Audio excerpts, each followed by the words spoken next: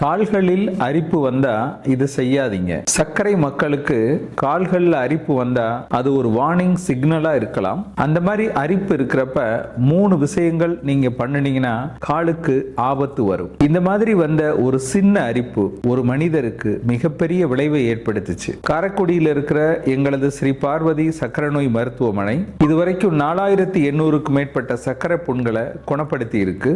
இந்த அனுபவத்தின் மூலம் அறிவியல் பூர்வமான மருத்துவ ஆதாரங்களை வச்சுதான் நான் உங்கள்கிட்ட பேச போறேன். நான் டாக்டர் மணிவண்ணன், ஸ்ரீ பார்வதி சக்கரை நோய் மருத்துவமனை, காரைக்குடி. சர்க்கரை மக்களுக்கு முக்கியமான வீடியோக்கள்ல இதுவும் ஒண்ணு. அதனால வீடியோவை ஸ்கிப் பண்ணாம பாருங்க. அவசியம் சப்ஸ்கிரைப் பண்ணி பாருங்க. Facebookல பார்க்கறவங்க லைக் பண்ணுங்க, ஷேர் பண்ணுங்க, ஃபாலோ பண்ணுங்க.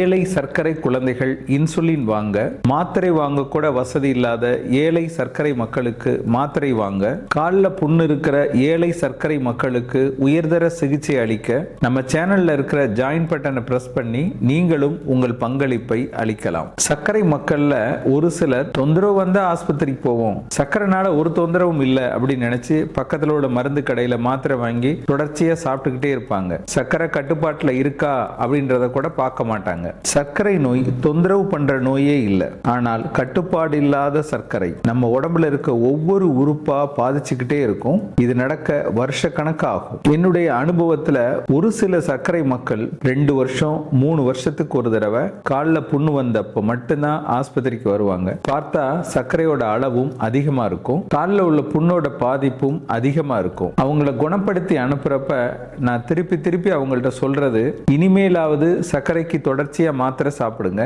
3 மாதத்துக்கு ஒரு முறை ஆஸ்பத்திரிக்கு வந்து சர்க்கரையோட அளவு சரியா இருக்கான்னு பாருங்க. இங்க வர முடியல அப்படின்னா உங்க வீட்டுக்கு பக்கத்துல இருக்க மருத்துவமனைக்கு போய் பரிசோதனை பண்ணி சர்க்கரையோட அளவு கட்டுப்பாட்டுல இருக்கான்னு பாருங்கன்னு சொல்லி அனுப்புவேன். ஆனா அந்த மாதிரி சர்க்கரை மக்கள் திருப்பி வரமாட்டாங்க, அடுத்த புண்ணுக்கு தான் வருவாங்க. இந்த மாதிரி ப்ராப்பரா பார்க்காத ஒருத்தருடைய நிஜ சம்பவத்தை இப்ப நான் உங்கள்கிட்ட சொல்ல போறேன். 62 வயசுள்ள ஒரு ஐயா, காலில் அரிப்பு இருந்திருக்கு. அதை சொரியிறப்ப அதுல ஒரு சின்ன காயம் பட்டுருச்சு. காயம்பட்ட இடத்துல இன்ஃபெக்ஷன் ஆயிருச்சு. காலில் ஒரு வீக்கம் வந்து அந்த வீக்கம் முழங்கால் வரைக்கும் பரவிருச்சு. சர்க்கரை மக்களுக்கு ஏன் இப்படி நடக்குது, இதை வரவிடாமல் தடுப்பது எப்படி அப்படிங்கறத பத்தி நோய்களின் தாய் அப்படின்ற பேர்ல ஒரு புத்தகம் எழுதி இருக்கிறேன். இந்த புத்தகம் உங்களுக்கு வேணும்னா இந்த டிஸ்பிளேல தெரியிற நம்பருக்கு போன் பண்ணியோ அல்லது வாட்ஸ்அப்ல புக் வேணும் அப்படின்னு ஒரு மெசேஜ் போட்டோ கொரியர் மூலம் இந்த புத்தகத்தை பெற்றுக்கொள்ளலாம். அவரை ஹாஸ்பிட்டலுக்கு கூட்டிட்டு வந்தப்ப சர்க்கரையோட அளவு அதிகமா இருந்தது, ரத்தத்துல இன்ஃபெக்ஷன் மார்க்கரும் அதிகமா இருந்தது, சர்க்கரையோட சேர்ந்து உப்பு நீரோட அளவும் அதிகமா இருந்தது. அதாவது அவர் புண்ணுல ஏற்பட்டிருந்த கிருமி தொற்று ரத்தத்துல பரவி கிட்னியோட செயல்பாட்டையும் குறைச்சிருந்தது. அவர் அட்மிஷன் போட்டோம். அடுத்து அதிகமா இருந்த சர்க்கரையை குறைச்சோம், ப்ராப்பரான ஆன்டிபயோட்டிக்ஸ் கொடுத்தோம், அப்புறம் அந்த புண்ணை சுத்தம் பண்ணோம். ஆனா இன்ஃபெக்ஷன் ரொம்ப ஜாஸ்தியா இருந்தது. நம்ம சுத்தம் பண்ணாலும் அதுக்கு மேலையும் அந்த இன்ஃபெக்ஷன் பரவிக்கிட்டே இருந்தது. முழங்காலுக்கு மேல வரைக்கும் தோல் பகுதி அழுகி போயிருந்தது. அழுகிய பகுதியெல்லாம் நீக்க வேண்டிய நிலைமை. அவருக்கு ரத்தத்தோட அளவும் ரொம்ப குறைவா இருந்தது. 4 யூனிட் ரத்தம் அவருக்கு செலுத்தினோம். கொஞ்சம் கொஞ்சமா குணமாயிட்டாரு. யூடியூபோட விதிகள் காரணமா அந்த புண்ணோட படங்களை நான் இங்க போட முடியல. ஆனா முழுசா ஆறின பின்னாடி அவருடைய காலோட படத்தை நான் இங்க போடுறேன். படத்தை பாருங்க, எவ்வளவு பெரிய புண்ணுன்னு சொல்லி உங்களுக்கே தெரியும். இந்த மாதிரி எங்கள் மருத்துவமனை இதுவரைக்கும் 4800க்கும் மேற்பட்ட சர்க்கரை புண்களை குணப்படுத்தி இருக்கு. இதை பத்தி நீங்க தெரிஞ்சுக்கணும்னா எங்களுடைய ஸ்ரீ பார்வதி ஹாஸ்பிட்டல்.com அப்படின்ற வெப்சைட்டுக்கு போய் அங்க பிளாக்ல கேஸ் ஸ்டடின்னு கிளிக் பண்ணுங்க.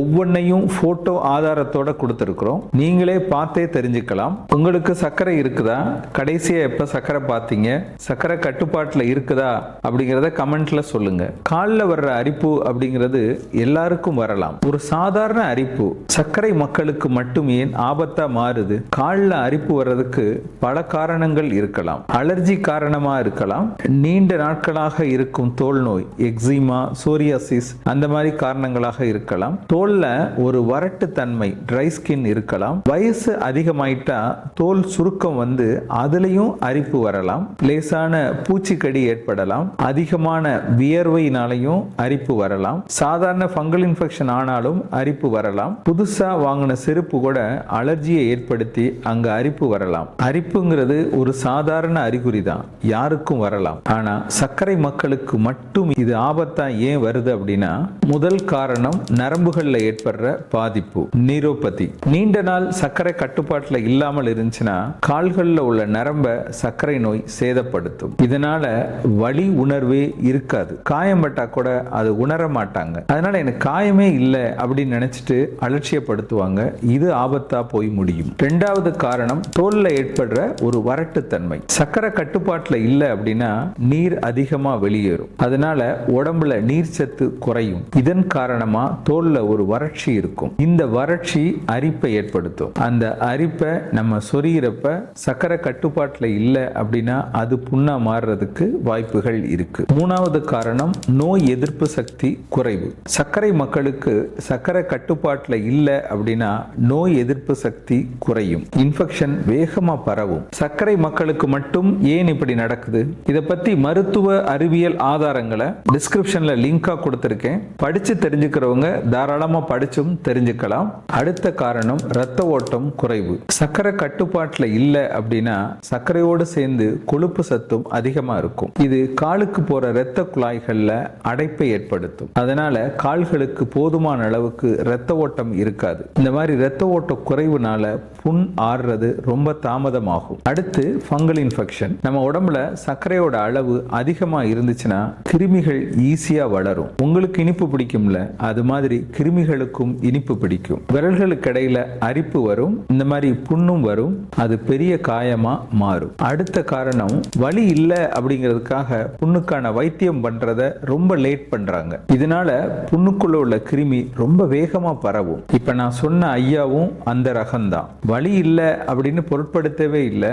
ஆனா அவருடைய முழு காலுக்கும் அந்த சலம் பரவி இவ்வளவு பெரிய கஷ்டத்தை அவர் அனுபவிச்சார். சர்க்கரை மக்களுக்கு கால்கள்ல அரிப்பு வந்தா செய்யக்கூடாத 3 விஷயங்கள் என்ன? அரிப்பு வந்துருச்சுன்னா பக்கத்தில் உள்ள மெடிக்கல் ஷாப்ல போயிட்டு ஒரு ஆயின்மெண்ட்டை வாங்கி போட்டுருவாங்க. அந்த ஆயின்மெண்ட்ல ஸ்டீராய்டு மருந்து இருக்கலாம். ஆயின்மெண்ட்டை போட்ட உடனே குணமான மாதிரி தெரியும். ஆனா இந்த ஆயின்மெண்டாலையும் சர்க்கரையோட அளவு அதிகமாக்கி கிருமிகளோட எண்ணிக்கையும் அதிகமாக்கி அந்த புண்ணை மேலும் பெரிதாக்கலாம். அதனால டாக்டர்கிட்ட ஆலோசனை பண்ணாம நீங்களா மருந்து வாங்கி போடாதீங்க. இரண்டாவது விஷயம், சர்க்கரையோட அளவு கட்டுப்பாட்டுல இருக்கணும். வெறும் வயிற்றில் எடுக்கப்படும் சர்க்கரையோட அளவு 120க்குள்ளையும், சாப்பிட்டு 2 மணி நேரம் கழிச்சு எடுக்கப்படும் சர்க்கரையோட அளவு 180க்குள்ளையும், 3 மாத ஆவரேஜ் HbA1c 7க்குள்ள இருக்கணும். கொஞ்சம் வயதானவங்களுக்கு 7.5க்குள்ள இருக்கணும் அப்படின்னு UKPDS ஸ்டடி சொல்லுது. இந்த மாதிரி அரிப்பு வர்றப்ப உங்களுடைய சர்க்கரையோட அளவு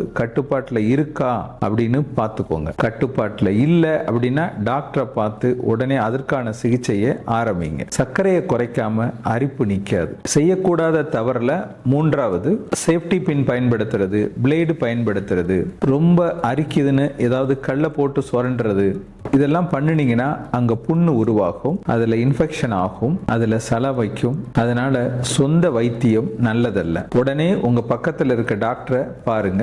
அரிப்புங்கிறது ஒரு சாதாரண நிகழ்வு தான்.